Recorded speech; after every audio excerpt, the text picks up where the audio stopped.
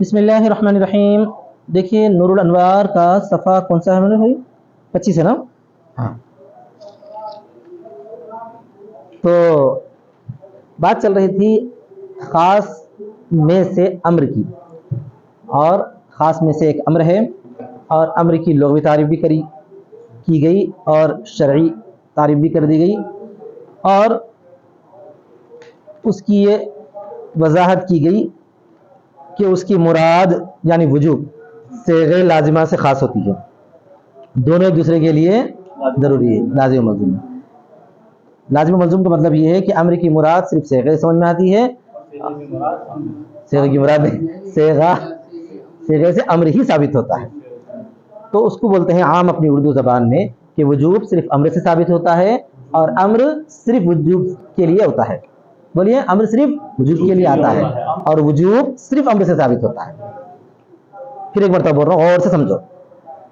وجوب صرف امر سے ثابت ہوتا ہے اور امر سے صرف وجوب ثابت ہوتا ہے. دونوں باتیں سمجھ میں آ گئی؟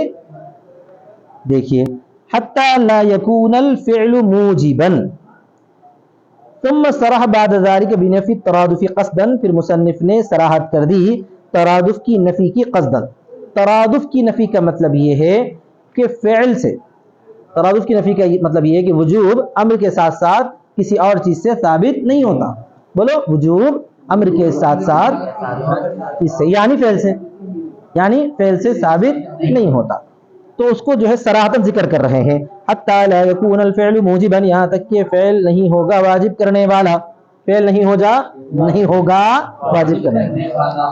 یہی ای اذا کان المراد مخصوصا بالصیغۃ، یعنی جبکہ مراد مخصوص و صیغے کے ساتھ، لا یکون فعل النبی صلی اللہ علیہ وسلم موجبا علی الامت، نہیں ہوگا نبی صلی اللہ علیہ وسلم کا فعل امت پر واجب کرنے والا، من غیر مواظبت علیہ السلام، مواظبتہ علیہ السلام، بغیر نبی صلی اللہ علیہ وسلم کی پابندی کیے ہوئے. ہاں، ایک بات یہ بتاتے ہیں مصنف کہ صرف فعل سے وجوب ثابت نہیں ہوتا. صرف فعل سے، کس کا فعل؟ نبی صلی اللہ علیہ وسلم کا فعل. کیونکہ نبی صلی اللہ علیہ وسلم شارع ہے نا بھی، اللہ کے نائب ہونے کی حیثیت سے. تو شارع کا فعل وجوب کو ثابت نہیں کرتا بغیر پابندی کیے ہوئے. ایک آدھ مرتبہ کرے تو، اگر پابندی کرے ہیں تو پھر اس سے وجوب ثابت ہوتا ہے پابندی کی وجہ سے. بولیے، ہوتا ہے. فعل سے بھی وجوب ثابت ہوتا ہے، وہاں پر کوئی اختلاف نہیں ہے، لیکن بغیر پابندی کرے کہ صرف فعل سے وجوب ثابت نہیں ہوتا. خلافاً لبعض اصحاب الشافعی، بعض اصحاب الشافعی کے اختلاف کے ساتھ، یعنی امام شافعی رحمۃ اللہ علیہ کے بعض ساتھی اس بارے میں اختلاف کرتے ہیں. ان کا یہ ماننا ہے فعل سے وجوب ثابت ہوتا ہے. سمجھ میں آ گیا؟ فإنهم يقولون ان فعل النبي صلی اللہ علیہ وسلم ايضا موجب. وہ لوگ کہتے ہیں کہ بے شک نبی صلی اللہ علیہ وسلم کا فعل بھی واجب کرنے والا ہے. کس کو واجب کرنے والا ہے؟ وجوب کو ثابت کرنے والا ہے. سمجھ میں آ گیا نا کہ نبی جو فعل کرے وہ فعل تمہارے پہ واجب ہے. وہ لوگ یہ کہتے ہیں، اور یہ کہتے ہوئے دو باتیں ان سے ثابت ہیں. ایک بات تو یہ، اما لانه امر، یا تو اس لیے کہ فعل بھی امر ہے.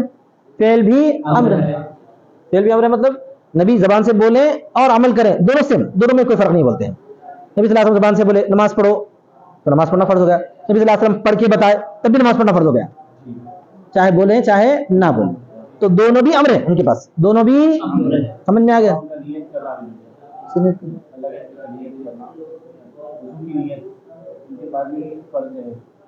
اچھا، نیت کرنا، نبی صلی اللہ علیہ وسلم جو ہے وضو کے بارے میں نیت کرنے کا تو کوئی خاص حکم نہیں دیا نا الفاظ کے ساتھ، یا زبان سے نیت کرے ہوں نہیں. اگر تو بسم اللہ پڑھے ہوں اس کو بول سکتے آپ. نبی صلی اللہ علیہ وسلم وضو کے وقت میں بسم اللہ پڑھتے تھے. ہاں، بسم اللہ پڑھنا فرض ہے. سمجھ میں آ گیا؟ وضو کے ٹائم نبی صلی اللہ علیہ وسلم کیا پڑھتے تھے؟ لہذا بسم اللہ آپ کا پڑھنا وضو کو ثابت کیا، لہذا بسم اللہ پڑھنا فرض. اس طرح کوئی بھی حکم لگا لو. تو شوافع میں سے بعض صاحبین یوں کہتے ہیں کہ یا تو اس لیے کہ وہ خود امر ہے. کون امر ہے؟ فعل بھی امر ہے. وہ کل امر وجوب، اور ہم ہر امر کے لیے آتا ہے، وجوب کے لیے آتا ہے. بات ختم ہو گئی. تو فعل کو بھی امر مانتے ہیں شوافع میں سے بعض لوگ. یہ ہیں شوافع میں سے.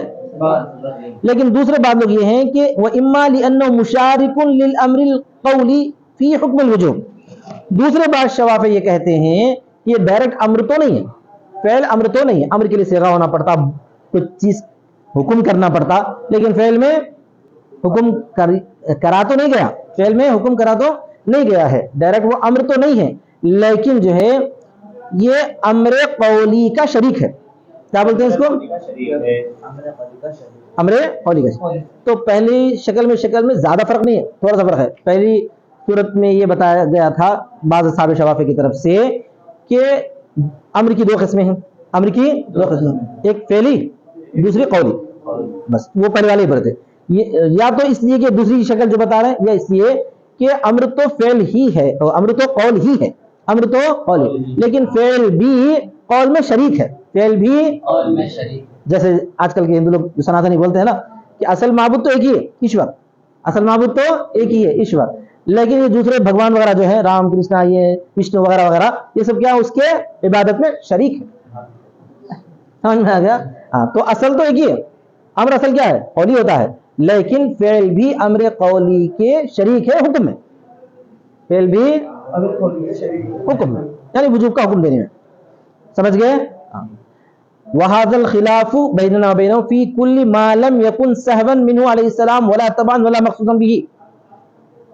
ہمارے مصنف یہ بتانا چاہتے ہیں ملا جیون کہ یہ جو اختلاف ہے نا احناف اور شوافی کے درمیان، احناف اور شوافی کے درمیان، وہ نبی صلی اللہ علیہ وسلم کے ایسے فعل کے بارے میں ہے جو فعل نبی صلی اللہ علیہ وسلم سے سہون صادر نہیں ہوا. سہون مانے بھولے سے، سہون مانے بھولے سے، اور نہ آپ کا جو ہے طبعی فعل ہو، آپ کا طبعی فعل. طبعی فعل کا مطلب یہ ہے کہ آدمی اپنی طبیعت سے بہت سارے کام کرتا ہے، جیسے بھوک لگی کھانا کھا لیے، اس نے کہا کھاتا ہوا اس نے کچھ چلے گئے، یہ سب کیا ہے؟ یہ طبعی افعال بولتے ہیں. کیا بولتے ہیں؟ اس میں بھی کوئی اختلاف نہیں ہے، انہوں بھی نہیں مانتے کہ سہون کوئی نبی صلی اللہ علیہ وسلم سے کوئی فعل صادر ہوا ہو تو اس کی اتباع کرنا ضروری ہے، وہ لوگ بھی نہیں بولتے. اور طبعاً کوئی کام آپ صلی اللہ علیہ وسلم سے صادر ہوا ہو تو اس کی اتباع کرنا ضروری ہے، وہ لوگ بھی نہیں بولتے ہیں. سمجھ میں آ گیا نا؟ اسی طرح مخصوص یعنی کوئی کام ایسے ہوتے ہیں جو خاص نبی صلی اللہ علیہ وسلم کے ہیں، جو خاص نبی صلی اللہ علیہ وسلم کے ہیں، اس میں بھی امام شافعی نہیں بولتے کہ اس خاص کام میں بھی آپ کا اتباع کرنا ضروری ہے، اس خاص کام میں بھی ایسا وہ لوگ بھی نہیں بولتے ہیں. اسی طرح اوپر جو آیا ہے دیکھیے، اوپر کہ مواظبت کے بارے میں ہمارے مصنف بھی بولے ہیں یہ بات کہ اگر کوئی جو ہے فعل نبی صلی اللہ علیہ وسلم سے مواظبت کے ساتھ ثابت ہے، مسلسل مسلسل مسلسل، تو وہ کرنا ضروری ہے، کہ ہمارے مصنف بھی بولے ہیں. تو اختلاف کس میں ہے؟ بس اختلاف جو ہے نہ نبی صلی اللہ علیہ وسلم کی مواظبت والے فعل میں ہے کہ وہ ہمارے پاس بھی وہ کرنا ضروری ہے، نہ نبی صلی اللہ علیہ وسلم کے سہو والے فعل میں ہے تو امام شافعی کے پاس بھی وہ کرنا ضروری نہیں ہے، نہ نبی صلی اللہ علیہ وسلم کے طبعی فعل میں ہے، اس میں بھی امام شافعی فرماتے ہیں کہ وہ کرنا ضروری نہیں ہے، نہ نبی صلی اللہ علیہ وسلم کے مخصوص افعال میں سے ہے. جیسے نبی صلی اللہ علیہ وسلم کے مخصوص افعال میں بہت سارے ہیں نہیں ہیں کہ آپ صلی اللہ علیہ وسلم تہجد آپ کے لازم کر دی گئی تھی. اسی طرح پر جو ہے آپ صلی اللہ علیہ وسلم کے مخصوص افعال میں سے جو ہے 4 سے زائد نکاح کرنا ہے، 4 سے زائد نکاح کرنا ہے، تو یہ سب کیا ہے؟ آپ صلی اللہ علیہ وسلم کے افعال مخصوصہ ہے، دوسروں کو اس میں اتباع کرنے کا نہیں ہے. وہاں پر بھی وہ مانتے ہیں. تو پھر اختلاف کس میں رہا ہمارا اور شافعی کا؟ صرف اختلاف اس میں رہا کہ کوئی ایسا فعل آپ صلی اللہ علیہ وسلم کرے ہو جو سہو نہ ہو، جو طبعی نہ ہو، جو مخصوصہ نہ ہو، تو اس کو بھی کیا مانتے ہیں شوافی؟ ضروری ہے بولتے ہیں، اس کی اتباع کرنا ضروری ہے. احناف کیا بولتے ہیں؟ اس کی اتباع کرنا ضروری نہیں ہے. ضروری مطلب اس سے وجوب ثابت نہیں ہوتا. کیا بولتے ہیں؟ اس سے وجوب ثابت نہیں. ان کی دلیل کیا ہے؟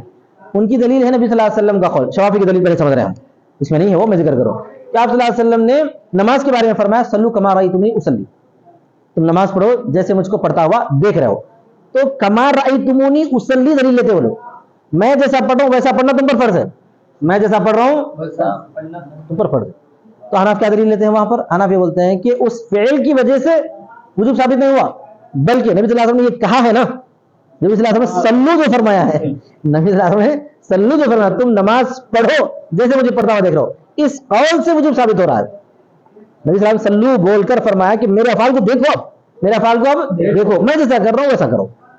سمجھ میں آئے گا نا؟ اسی حدیث میں دلیل ہم بھی لیتے ہیں، اسی حدیث میں دلیل انہوں بھی لیتے ہیں. تو خلاصہ کیا ہوا؟ امام شافعی کے پاس فعل وجوب کو ثابت نہیں کرتا، ثابت کرتا ہے. حناف کے پاس نہیں کرتا، فعل وجوب کو حناف کے پاس نہیں کرتا. دلیل کیا ہے دیکھیے حناف کی. اچھا ٹھیک ہے. وَإِلَّا فَعَدَمَ كَوْنِهِ مُوجِبًا بِالاتفاق، فَعَدَمُ كَوْنِهِ مُوجِبًا بِالاتفاق، ورنہ تو اس کا بالاتفاق موجب نہ ہونا ہے، ورنہ تو موجب نہ ہونا ہے. کس کا؟ فعل کا. کن چیزوں میں؟ ان چیزوں میں. شوافی کے پاس بھی واجب نہیں ہے، سہون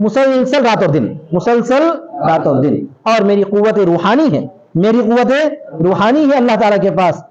اطعم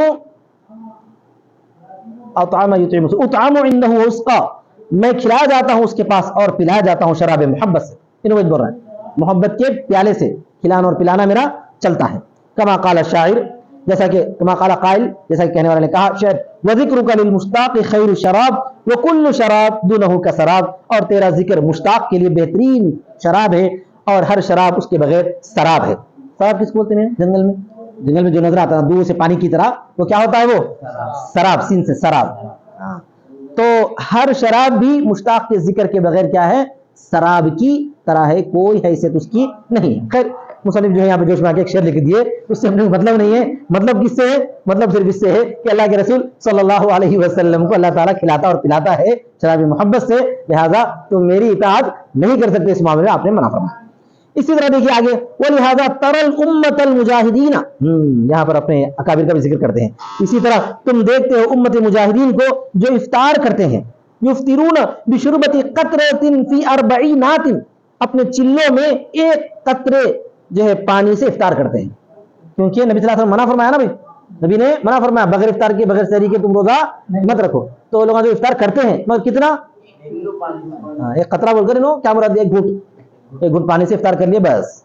اللہ تبارک و تعالیٰ ان کو بھی جو ہے کیا کر دیا؟ اپنے اندر طاقت نصیب فرماتا تھا. فی 40 چلوں میں، 40 اب یہ 40 دن جمع کر کے چلا جاتے نا، ویسے ہی جو ہے بزرگان دین کے پاس بھی جو ہے تربیتی چلے ہوا کرتے تھے. کیا ہوا کرتے تھے؟ لیخرج عن حد الکراہۃ، کراہت کی حد سے نکلنے کے لیے. وہذا فی صوم الفرض والنفل سوا، اور یہ نفل اور فرض روزے دونوں میں برابر ہوا کرتا تھا. خیر یہاں تک ہوگا. تو صوم وصال سے منع کرنے سے سمجھ میں آتا ہے کہ نبی صلی اللہ علیہ وسلم کا فعل وجوب کو ثابت نہیں کرتا. بولو،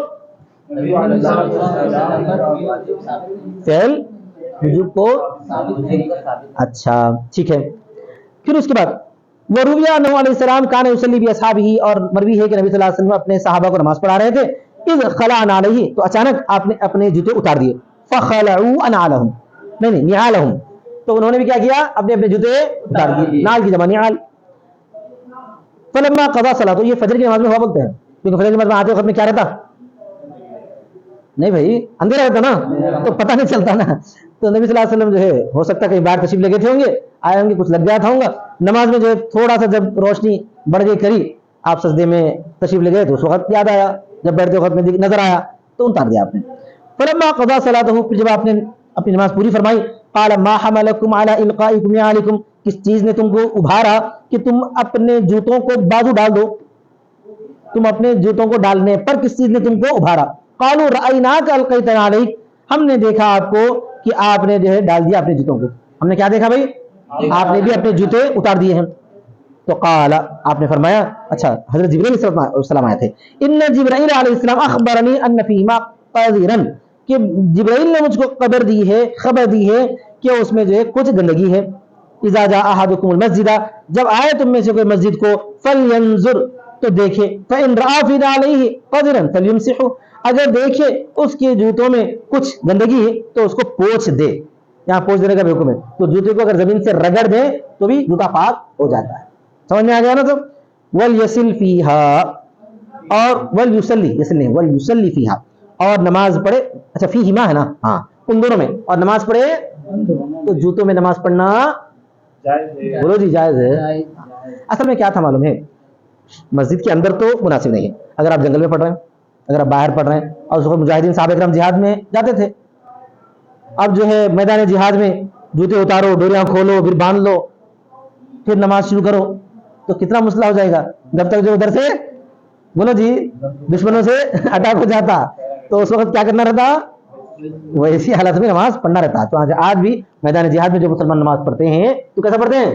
جوتے سے پڑھتے ہیں. ورنہ حسن سمجھے گا مسجد میں بھی جوتے سے نبی صلی اللہ علیہ وسلم پڑھتے تھے، میں بھی جو ہے جوتوں سے جا کے نماز پڑھاؤں گا. تم بولے نہیں بھائی حدیث سناتے ہو، بولے ہاں جوتے پہن کے پڑھتے ہیں. ہاں ویسے مجبوری پڑھ سکتے ہیں، آفسوں میں پڑھ سکتے ہیں، کوئی حرج کی بات نہیں ہے. آج کل ایک سب سے بڑی جو پرابلم کی چیزیں اور سوالات آ رہے ہیں اس میں یہ ہے کہ جو ہے مسح کرنے کے بارے میں اہل حدیث کیا فرماتے ہیں؟ اہل حدیث حضرات کہ جوتوں پر مسح کیا جا سکتا ہے، جوتوں پر اوپر مسح کیا جا سکتا ہے. اور جوتا اتار کے لوگ نماز پڑھتے ہیں، وہ تو اور غلط ہے. ٹھیک ہے، اوپر جوتے سے مسح کر لی تو ہوتا یا نہیں ہوتا؟ فقہائے حنف کے اعتبار سے اگر جوتے پہ کوئی آدمی مسح کر لیا اور وہ جوتا پورا اوپر تک ہے، یہاں تک ہے، جوتا یہاں تک ہے، اوپر سے کر لیا تو ہو جاتا، مگر جوتا اتارنا نہیں، اسی حالت میں نماز پڑھنا ہے، اسی حالت میں نماز پڑھنا ہے. شرط کیا ہے؟ جس وقت جوتا پہن رہے تھے بحالت وضو پہننا چاہیے، وہ تو ہے. لیکن اگر جوتا اتار رہے ہیں آپ، جوتے سے نماز پڑھنا مناسب نہیں ہے، جوتا اتار رہے ہیں تو پھر مسح کر کے نہیں اتار سکتے. اور اہل حدیث کیا کرتے ہیں؟ جوتے مسح کرتے جوتے اتار کے نماز پڑھتے. کئی لوگوں کو دیکھا میں، وہ تو مسئلہ بالکل غلط ہو جاتا، وہ تو مسئلہ ہوتا. ہاں، اس کی دوسری شکل یہ بتائی گئی کہ پیتابوں پہ مسح کرنے کا قصہ. پیتابوں میں تو مسح نہیں کر سکتے. شرط یہ ہے پیتابے پر اگر مسح کرنا ہے، جرموک جس کو بولتے ہیں، تو اتنا مضبوط رہنا انہیں کہ اوپر سے جو ہے بغیر باندھے کے ٹھہرنا اور نیچے کا تلا اس کا جو ہے موٹا رہنا، 3 میل چل سکنا. تو آج کل ویسے پیتابے بنے کرتے، میں کل پوچھا بھی ملے بلی یہاں ہے، یہاں تو نہیں ہے، لیکن ہندوستان میں آگے وہ بنگلہ دیش والے کچھ ویسے پیتابے بنا ہے، نیچے کا تلا جو ہے ذرا موٹا رکھے، اوپر کا بھی جو ہے کپڑا اکھنڈ ہے. سمجھ میں آیا؟ چمڑے کے نہیں، چمڑے کے اس میں جوتا نہیں پہن سکتے، وہ ایک پرابلم ہے. وہ موزے تو ملتے یہاں پہ بھی، موزے یہاں پہ ہے موجود، اور اس میں جوتا نہیں پہن سکتے. جوتا پہنے ہوئے تو پیر میں آگ لگ جاتی، خصوصاً یہاں گرم علاقوں میں. سمجھ میں آ گیا نا؟ پیتابے ہی رہنا، کپڑے کا ہی رہنا، مگر تھوڑا سا ٹھیک دل والا اور نیچے کا تلا موٹا، تو ٹھیک ہے. تو یہ عام طور پہ سافٹ ویئر میں کام کرنے والے بچے اور ایئرپورٹوں پہ جانے آنے والے احباب جو مسلسل سفروں میں رہتے، ان لوگوں کے لیے وضو کرنا اور پیر دھونا بہت مشکل ہے نا بھائی. ٹھیک ہے، دیکھیے آگے. حاجی تمسکات ابی حنیفہ، یہ ابو حنیفہ کی دلائل ہے. اما شافعی فقال، امام شافعی رحمۃ اللہ علیہ بہرحال کبھی کہتے ہیں تارتن علی سبیل التنزل، تنزل کے طریقے پر کہتے ہیں. تنزل میں تھوڑا سا نیچے اتر کر شافعی یہ کہتے ہیں کہ ٹھیک ہے بھائی، فعل سے ڈائریکٹ وجوب تو ثابت نہیں ہوتا، فعل سے ڈائریکٹ وجوب تو لیکن کبھی کبھار ثابت ہو جاتا ہے، کبھی کبھار سمجھ میں آ گیا سب کہ ان الفعل للوجوب، کہ فعل وجوب کے لیے جیسا کہ امر ہے. یہ نبی علیہ السلام شغل عن 4 صلوات یوم الخندق فقضاهن مرتبۃ. ٹھیک، وہاں سے بعد میں کریں گے، اس کا جواب دینا چاہتے ہیں. تو امام شافعی جو ہے کبھی کبھار تنزل کے طریقے پر اتر کر یہ کہتے ہیں کہ فعل سے وجوب ایسے ہی ثابت ہوتا ہے جیسا کہ امر ثابت ہوتا ہے. مطلب کیا ہوا؟ امر اور فعل دونوں ایک نہیں ہیں، امر اور فعل دونوں ایک نہیں ہیں، بلکہ بولیے فعل تو فعل ہے، مگر اس سے کبھی کبھار وجوب ثابت ہو جاتا ہے جیسا کہ امر سے ثابت ہوتا ہے. پھر اس کا جواب جو ہمارے مصنف دیں گے انشاءاللہ، وہ کل پڑھیں گے. واخر دعوانا الحمدللہ رب العالمین.